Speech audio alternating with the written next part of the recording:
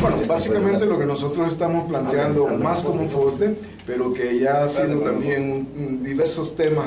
en los cuales se ha empoderado la misma comisión, es que no podemos concentrarnos únicamente en el tema de la canasta básica, en donde hay una propuesta de un sector oficial, y hay que decirlo, que es Finanzas y la Secretaría de Comercio, y más recientemente el Banco Central de Honduras, y que tampoco necesariamente expresa la visión de todo el sector oficial, y que nos hace pensar de que efectivamente la medición de impacto de este conjunto de medidas todavía está pendiente, y nosotros somos del criterio que lo que queda por quitar las exoneraciones no es mucho, no le va a entregar una mayor cantidad de recursos al gobierno, y que lejos de ser un punto favorable puede contribuir a que la actividad económica no pueda tener su mejor crecimiento. Y eso nos lleva a otro punto importante. Podemos hablar de que efectivamente hay cosas que son irracionales, que hay gente y que hay empresas que debieran de pagar impuestos. Nosotros manejamos el criterio de que todos en el país debemos de pagar impuestos, pero también es cierto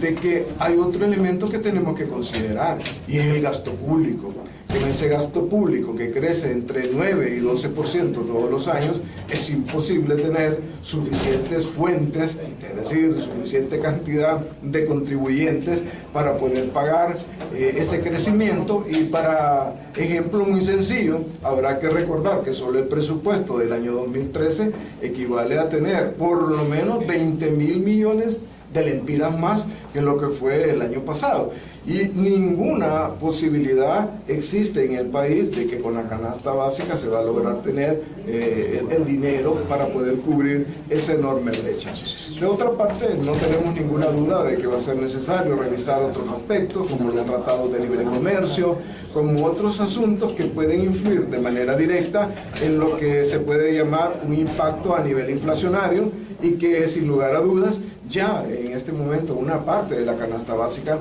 sin haber sido aprobada o no el quite de la exoneración, ya sufrió cambios hacia la alza, y desde luego una vez que esto ocurra pues va a suceder lo mismo. Y finalmente la propuesta nuestra es que efectivamente con la institucionalidad de cobranza que tiene el país, es verdaderamente muy, pero muy difícil que la capacidad de recuperación o de adquisición de recursos tributarios en el país pueda darse, porque se ha mostrado que efectivamente no funcionan, y que es necesario ejercer una, usemos una palabra antigua, reingeniería institucional, sin que esto quiera decir que todos los funcionarios públicos que están en la DEI o en la dirección de franquicia sean exactamente personas deshonestas. Simplemente que habrá que considerar qué es lo que no es, y por otro lado qué ajustes requieren estas instituciones para que su mejor funcionamiento pueda darse en el menor plazo. En otras palabras, aunque se llegará a tener un quite de esas exoneraciones a varios de los productos, no necesariamente se va a reflejar en un incremento notable en la recaudación tributaria. Es cierto que se van a recaudar 5.000 millones por este concepto. Bueno, hay una cosa que debemos de manejar bajo el criterio de una palabra de economía: suposición. La suposición es que en 6 escenarios que fueron planteados por un sector oficial, se podría hablar que podrían dar entre 3.000 y hasta 5.300 millones de lempiras. Sin embargo, habrá que decir que lo que la gente va a tener que poner no solamente serán los 5.300 millones, sino que también el impacto inflacionario que le incrementará, como su palabra lo plantea, el precio de los bienes y servicios, y al final podría rondar entre los 7.800 hasta 8.000 millones de lempiras. Sin embargo, con la capacidad de recaudación que existe en el país, pues honestamente nosotros creemos que es un punto de vista muy optimista. Y finalmente plantear de que cuando se hace un poco el impacto en lo que técnicamente llamamos índice de precios al consumidor, que es algo parecido a la inflación, se hace tomando en cuenta como que todas las demás variables del país no cambian, y le planteo algunas, como que por ejemplo no va a subir los combustibles, que por lo tanto no va a subir la energía eléctrica. Entonces uno empieza a ver varias cosas que uno sueña que podrían ocurrir, pero no estamos en un país de fantasía. Por eso nosotros decimos, ser pobre o clase media en Honduras es cosa de ricos.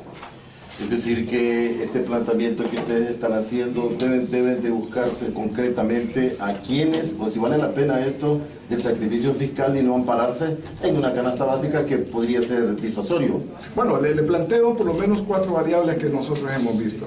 Por ejemplo, todo lo que se pierde por elusión fiscal, es un poco dinero que debiera de llegar y que se desvía. Todo lo que tiene que ver porque las aduanas no funcionan adecuadamente, contrabando. Todo lo que tiene que ver con el impuesto sobre la renta, en la cual hay miles y miles de personas que no pagan un centavo de impuestos sobre la renta, en lo que tiene que ver con ciertas ventajas en actividades económicas que seguramente durante algún tiempo se justificaban, pero que no pueden ser vitalicias. Solo ahí encuentra una gama de posibilidades como para poder pensar que en el tema de las exoneraciones se deben de ver otros sectores, pero algo que es fundamental es que no se puede ver el tema de las exoneraciones sin ver la política fiscal en conjunto del país. Ordenar, por ejemplo, el excesivo número de decretos y de leyes, ordenar un poco cuáles son los criterios que debe haber en el país para entregar o quitar una exoneración fiscal.